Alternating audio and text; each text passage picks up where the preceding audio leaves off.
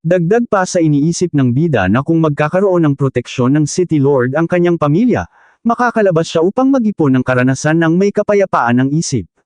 May suporta rin siya mula kina Grandmaster Qin, Wu Linxian, at Principal Li Chengshan, kaya hindi na niya kailangang matakot kung sakaling pilitin siya ng City Lord na gumawa ng anumang labi sa hinaharap.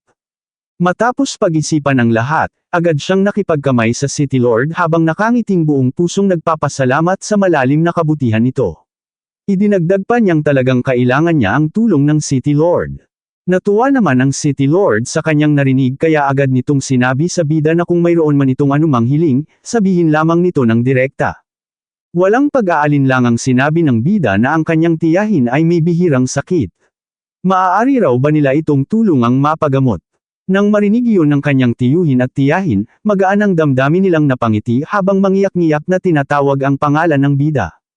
Agad namang inutusan ng City Lord ang kanyang tauhan at sinabing ipaubaya na kay Director Siang ang bagay na iyon. Tiyakin daw nitong gamitin ang pinakamahusay na medical resources. Agad namang tumanggo ang tauhan nito. Pagkatapos ay muling ibinaling ng City Lord ang kanyang pansin sa bida at nakangiting nagtanong kung ano pa ang nais nito.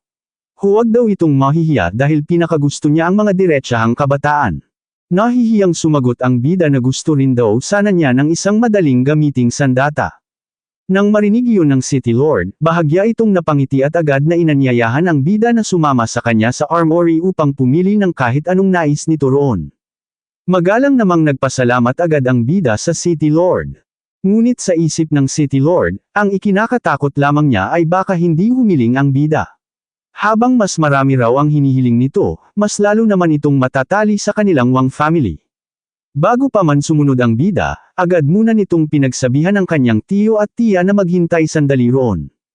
Samantala, ang City Lord na ama ni Wang Tiantuo ay nagutos kay Wang Tiantuo na siya muna ang bahala sa handaan at babalik na lamang siya agad.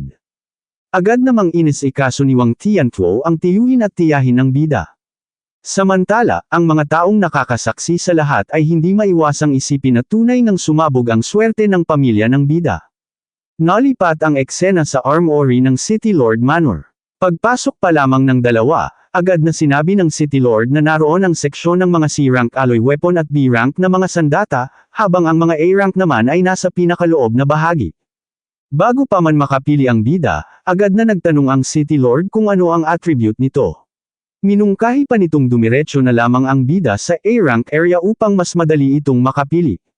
Napangiti ang bida habang iniisip na ang isang A-rank alloy weapon ay nagkakahalaga ng daan-daang milyon. Para sa kanya, tunay na napakamapagbigay ng City Lord upang makuha ang kanyang loob. Dahan-dahan siyang lumapit sa City Lord at nakangiting nagtanong kung mayroon ba silang multi-attribute alloy weapon. Nagulat ang City Lord at agad na nagtanong kung bakit multi-attribute alloy weapon ang kailangan nito.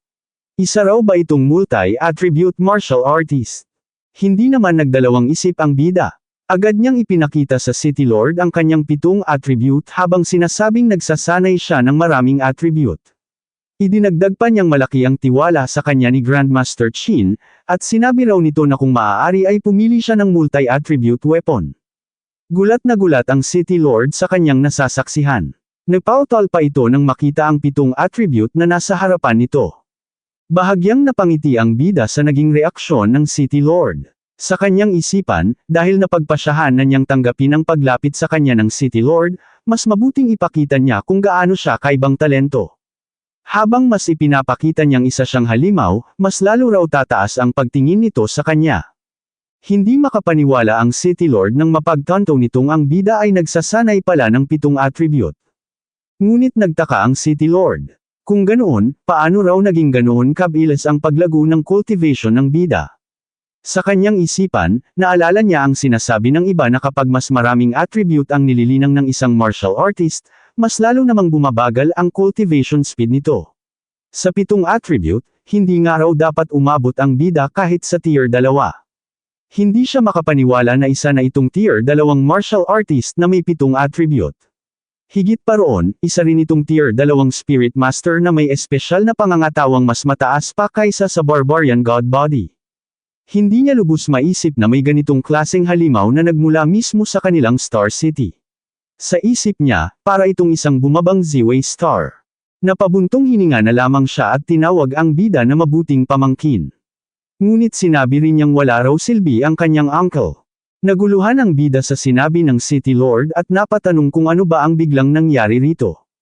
Habang naghahanap sila ng sandata sa mga weapon rack, ipinaliwanag ng City Lord na napakabihira ng multi-attribute alloy weapon. Ilan lamang daw na dual attribute weapon ang mayroon siya sa armory na iyon. Tungkol naman sa 3-attribute weapon, iisa lamang daw ang mayroon siya. Pagkatapos ay ipinakita niya sa bida ang isang B-rank dark gold black iron spearhead. Pagkatapos nito, tinanong niya ang bida kung gusto ba nitong baklasin niya ang isang A-rank alloy spear shaft upang pansamantala nitong magamit. Agad namang nagpasalamat ang bida sa City Lord at ipinaliwanag na magagamit pa rin naman niya ang shaft ng kanyang Thunderfire Spear. Ngunit sa kanyang isipan, sapat na muna sa kanya ang isang 3-attribute spearhead sa ngayon. Gayunpaman, sinabi ng City Lord na may mga anomalya ring lumitaw malapit sa kanilang Star City. May mga balita raw na may mga dual attribute at maging multi-attribute ferocious beast na gumagala sa paligid. Dahil dito, nagutos na raw siya ng mga tao upang bantayan ang sitwasyon. Nagulat ang bida sa narinig at agad na nagtanong kung ano ang mga anomalyang tinutukoy nito. Ipinaliwanag ng City Lord na habang nasa training camp ang bida, may mga anomalya raw na lumitaw sa buong mundo. Hindi lamang daw multi-attribute ferocious beast ang lumitaw sa mga lugar na iyon, kundi mayroon ding mga multi-attribute natural treasure na isinilang. May isang tao raw na mismong nakakita gamit ang sariling mga mata na isang Thunder Ferocious Beast. Matapos makahawak ng isang tila kakaibang piraso ng bagay, ay nakapagbuga ng naglalagablab na apoy. Idinagdag pa ng City Lord na sa labas ng Star City, sa Stargazing Lake, may mga ulat ding may lumitaw na multi-attribute ferocious beast. Hindi alam ng bida kung saan ang tinutukoy na Stargazing Lake. Kaya sinabi ng City Lord na napakadelikado ng lugar na iyon. Kapag nakapasok daw ang bida sa Marshall University sa hinaharap, makakahanap din naman ito ng mga multi-attribute weapon. Pinayuhan niya ang bida na hindi nito kailangang isugal ang sarili sa ngayon. Nagpasalamat naman ang bida sa payo ng City Lord. Makalipas ang ilang oras, isang magarang sasakyan ang pumarode sa ibaba ng bahay ng bida, at agad itong napansin ng mga tao sa paligid. Mabilis nila itong nakilala bilang opisyal na sasakyan ng Star City. Nagtaka ang lahat kung bakit naroon ang sasakyan sa kanilang lugar. May isa namang napangisi at nagsabing masyado raw silang inosente dahil ang plaka ng sasakyang iyon ay para sa eksklusibong sasakyan ng City Lord. Nang marinig iyon, napamura ang ilan at agad na napatanong kung ano ang ginagawa ng City Lord sa kanilang lugar. Hindi naman maiwasang mapaisip ang ina ni Lin Nayen. Kung minsan lang daw siyang makasakay sa ganoong sasakyan kasama si Lin Nayen, mamamatay na raw siyang masaya.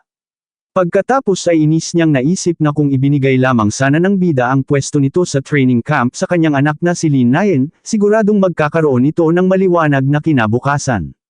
Sa kanyang isipan, minura pa niya ang pamilya Su at nagpasya siyang itataas ang upa ng mga ito at tuluyan silang palalayasin. Ngunit natigilan siya sa kanyang pag-iisip nang bumukas ang pintuan ng sasakyan. Nagulat ang lahat ng masaksihan nilang lumabas mula sa sasakyan ng pamilya ng bida.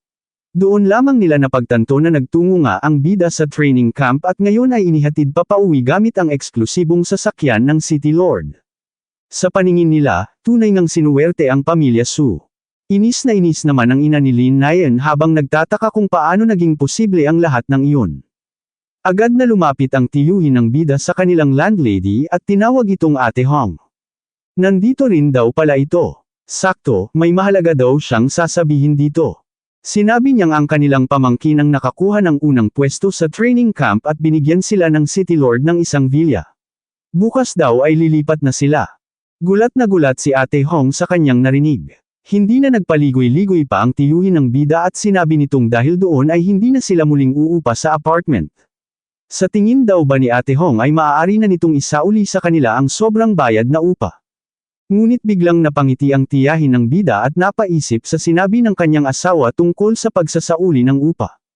Bakit pa raw nila iyon gagawin gayong may pera na naman sila ngayon?